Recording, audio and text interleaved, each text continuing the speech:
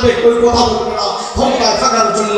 সেদিন যদি লড়াই করতে হয়, সংগ্রাম করতে হয়, জীবন দিতে হয়, জীবনের ময়দানে রক্ত থাকতে হয়, এই বাংলাদেশকে যদি পুরো করার জন্য জীবন দিতে হয়, এই দেশে ইসলাম প্রিয় ঈমান আমাদের নেই, এই যুবকদেরকে প্রাণ দিতে হবে।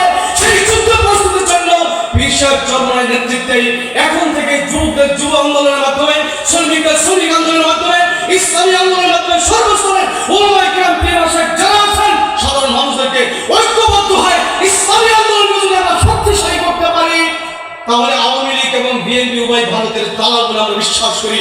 এদের থেকে মুক্ত হওয়ার জন্য ঈমানকে সামনে রেখে জিহাদ করার মতো একটা হাতিয়ার বিশ্বের চরমায় সামনে রেখে আমরা করব দেশ ইসলাম এবং মানবতার জন্য। সেই সংগ্রামে রক্ত দেওয়ার জন্য, জীবন দেওয়ার জন্য কারা কারা প্রস্তুত আছেন?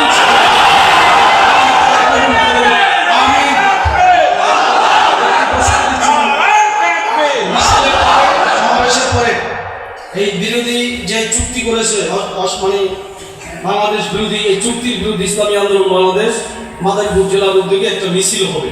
এখান থেকে আমরা মিছিল দেবো, মিছিল শেষ করে আমরা মাহফিল যাবো ইনশাআল্লাহ।